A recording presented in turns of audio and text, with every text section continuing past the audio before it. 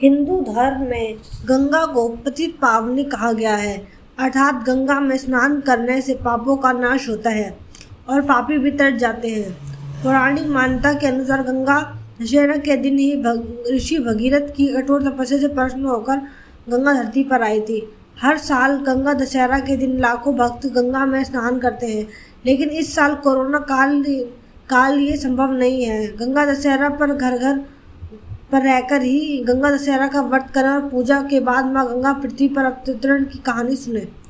पौराणिक कथा के अनुसार एक बार महाराज सगर ने व्यापक यज्ञ किया। उस यज्ञ की रक्षा का भार उनके पुत्र अंशुमान ने संभाला। इनने सगर के यज्ञ अश्व का अपहरण कर लिया। यह यज्ञ के लिए विघ्न था। परिणामगत अंशुमन ने सगर की 60,000 प्रजा लेकर अश्व को खोजना शुरू कर दिया। सारा भूमंडल खोज लिया पर अश्व नहीं मिला।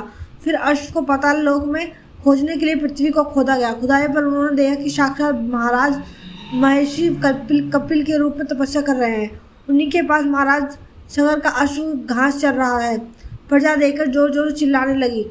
महर्षि कपिल की समाधि टूट गई। ज्यों ही महर्षि ने अपने आग्नेय नेत्र खोले त्यों ही सारी प्रजा भस्म हो गई।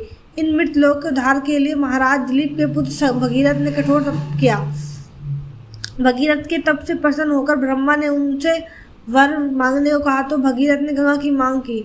इस पर ब्रह्मा ने कहा, राजन तुम गंगा का पृथ्वी पर अवतरण तो चाहते हो, परंतु क्या तुमने पृथ्वी से पूछा कि वह गंगा के भार और वेग को संभाल पाएगी? मेरा विचार है कि गंगा के वेग को संभालने की शक्ति केवल भगवान शंकर में है।